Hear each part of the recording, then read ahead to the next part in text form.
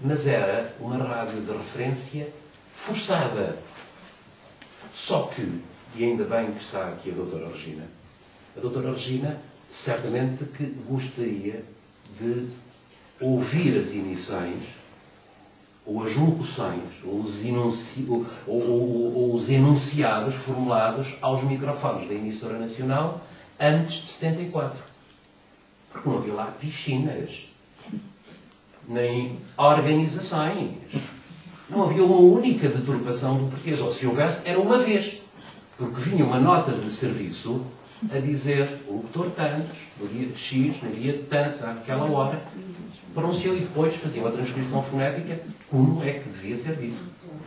Nesse aspecto era uma rádio de referência, isso é nacional. Era uma rádio. Nesse aspecto e no aspecto técnico, no aspecto do som, da qualidade do som, isso sem dúvida que era. E havia hoje nós manipulamos, salvo seja, a rádio com um simples telemóvel, não é? Mas na altura isso não era possível. No tempo da emissão nacional, a qualidade do som era fundamental. Como ainda hoje continua a ser na BBC. Como ainda hoje continua a ser na Deutsche Welle. Entre nós, permite-me só este parênteses, entre nós ainda funciona esta ideia. Nós vendemos o som. Como tal, o som tem de ser limpo. Não interessa colocar no ar algo que seja e fulano tal afirmou. Vendemos o som limpo. Ele ou afirma de forma perceptível ou não afirma. Muitas vezes pode suceder, já agora deixem-me ir completar, por favor, muitas vezes pode ir realmente esta sonoridade não perceptível de discurso, um discurso não perceptível, com uma sobreposição de uma leitura correta, apenas para dizer estivemos lá naquele espaço para firmar a presença. Não, obviamente, o que contém. Isso também se faz a nível da imagem, muitas vezes. Fechei parênteses. Não? Então, iria dizer... Isto é já eu peço desculpa por ter interrompido várias vezes. Era para dizer, de facto, o papel da emissora nacional era de muito rigor. Mas também havia uma disciplina que era um ato já censório. Era um ato de censura. Houve também algumas ousadias, é evidente que houve. E, por favor, que ninguém confunda a rádio que se fez em Portugal e a rádio que se fazia nas colónias. Não era livre, era libérrima. Era libérrima. Não havia rádio livre nas colónias. Eu estive a fazer rádio militar, onde, durante 2 anos, tinha a oportunidade de passar José Mário Branco, Zeca Afonso, outras vanguardas, mesmo não portuguesas, porque nós já estávamos presos de movimentos. Mas esta é a realidade. Nada mais nos podia acontecer. E depois, aquele discurso era vazio de sentido, de conteúdo, para os receptores, para os destinatários. De tal forma que em Angola, a par da emissora oficial de Angola, existia a Voz de Angola, Jorge Castilho. A Voz de Angola, o Jorge Castilho, como profissional de comunicação social, o mais antigo, neste caso o veterano, que aqui está, porque começou mais cedo, embora ainda seja um jovem, começou muito cedo, esteve também em Angola e creio que foi um observador bem colocado para nos poder dar conta do que era a rádio que se fazia em Angola e até da televisão que se tentou esboçar e que caiu digamos, no esquecimento, com a facilidade com que ela também eventualmente esteve para ser criada e ainda ensaiou. Se houver tempo para isso, tenho gosto em fazer. Era já, se fosse possível, antes de lançarmos a doutora Dina, se confirmas, podes realmente legendar este ponto de vista?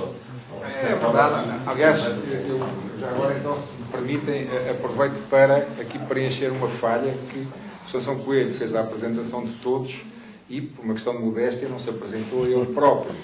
E a verdade é que Assunção Coelho é também uma referência da rádio, e essa experiência que eu tive ocasião de testemunhar, porque nós também fomos de alguma maneira exilados político-militares, quer dizer, fomos obrigados a sair do nosso país, enquanto alguns amigos nossos optaram por ir para a Suíça, por ir para a França, por ir para a Bélgica, nós optámos por não ir.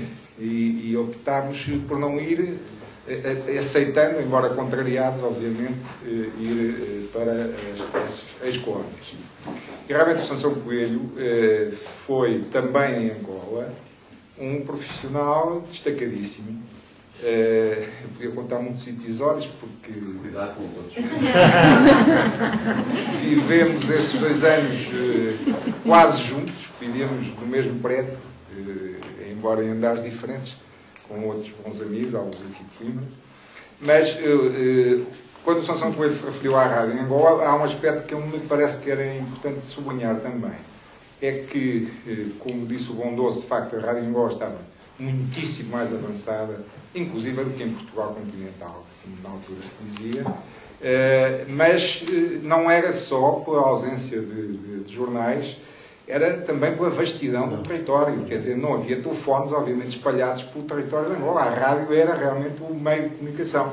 E até um instrumento de ação política, porque havia programas feitos nos dialetos nativos que eram aproveitados pelos próprios movimentos de libertação para mandar as suas mensagens. Portanto, a rádio teve realmente um papel extraordinário em Angola. Como do nosso lado, as emissões naturalmente. Os dialetos, exatamente. Portanto, e o Assunção Coelho realmente teve essa ação trabalhando numa televisão militar. Curiosamente, onde a rádio, em termos do Exército, não era muito valorizada enquanto designação, chamava-se destacamento de fotocine, era fotografia e cinema, não se falava em rádio. Isso, exatamente. Mas, efetivamente, fazia rádio, e rádio de grande qualidade. Não é por acaso que de Angola nos chegaram grandes profissionais, como o Emílio Rangel, por exemplo, que veio de Nova Lisboa. O Carlos Cruzano. De Sada Bandeira. O Rangel Sada Bandeira. E o Diniz Alves, que veio do Ubito. E que eu levei para a rádio. Portanto, queria realmente sublinhar esse aspecto, de que o Assunção Coelho é um excelente profissional da rádio, um profissional com uma larga experiência e que em Angola aderiu e recolheu muitos ensinamentos que depois veio pôr em prática também aqui na rádio, que continua a fazer ao longo dos anos e que felizmente continua ainda a praticar. Então é uma nota breve e que alonguei-me em excesso, mas as tais histórias ficarão para depois, se ainda tiver a oportunidade de as contar. Mas é interessante, já que o Diniz Alves esteve no Ubito, era bom. Nasceu lá e era falar da importância que os rádios clubes tiveram de Uambo, da Uila, etc., por aí fora, tiveram o Novo Redondo, enfim, o Ubito, havia uma série deles que tiveram importância enorme na rádio, enfim, melhor do que eu saberá isso, não é? Era interessante. Eu vim pequenino ainda, não é? Mas lembra-me que nós tínhamos o nosso rádio clube, essa era pela vastidão do território